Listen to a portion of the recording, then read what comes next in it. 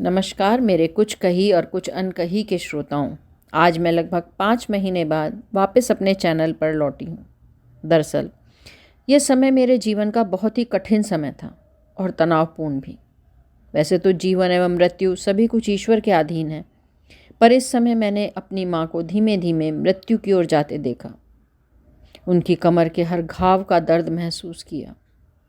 वो बोल नहीं सकती थी, कुछ कह नहीं सकती थी, लेकिन फिर भी अंदर तक मुझे महसूस होती थी।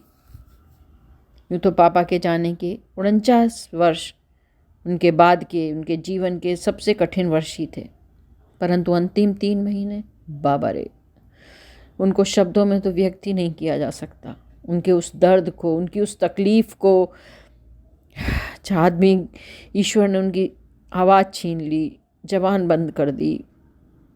वो अपने भाव भी व्यक्त नहीं कर सकती थी और उनकी पूरी कमर घावों से भरी हुई थी, जिसमें कि पस भी पड़ गया था। कितनी भी सफाई करते थे, कितने भी उन घावों पे मरहम लगाते थे, पर वो घाव भरने का नाम नहीं लेते थे, क्योंकि वो अंत समय के घाव थे। और अंतिम समय के जब घाव ईश्वर देता है तो वो उसको शरीर के साथ ही उनको लेकर जाता है, उनको ठीक नहीं करता। बाबा रे, मुझे मार दे, मेरा गला दबा दे, जैसे शब्द जो वो कहती थी तो मेरी आंखें नहीं, आत्मा भी रोती थी, पर कर कुछ नहीं सकती थी।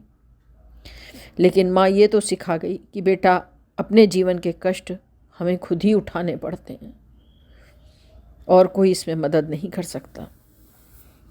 हम 3 बहनें ही हैं, पर माँ ने कभी भी इस बात के लिए कुछ कहा हो मुझे तो याद नहीं, कभी नहीं। मेरा अपना ददीहाल, ननिहाल, सभी लोगों ने हमें पापा के बाद बहुत सपोर्ट करा। हमारे जीवन को दिशा देने में पूरी तरह से इन परिवारों ने सपोर्ट किया और जो पुराने पारिवारिक जीवन के मूल्य हैं वो सिखाए। और माँ ने सिर ऊंचा करके आत्मसम्मान से जीना सिखाया। अब वो हमारे बीच नहीं है, पर उनकी सिखाई हुई बातें जैसे धैर्य, मुसीबतों का डटकर सामना करना, ईश्वर पर भरोसा रखना, सबको प्यार करना, अपने कर्तव्यों को अंत समय तक निभाना, बड़ों का सम्मान करना, सेवा करना और न जाने कितनी अनगिनत बातें जो वो सिखा गई हमको। हो सकता है कुछ बातें मैं सही से कर भी पाती हूँ और हो सकता है कुछ बातें ना भी कर पाती हूँ, पर सदा कोशिश यही रहती कि माँ ने जो कुछ सिखाया वो उनको श्रद्धांजलि स्वरूप ही सही रूप में करके दिखाऊं। मन भारी हो जाता है जब याद आती हैं। अंत में यही कहूँगी कि मेरी जैसी माँ ईश्वर हर किसी को दे और मैं भी अपने बच्चों को वो सब कुछ दे पाऊँ जो मुझे मेरी माँ ने दिया।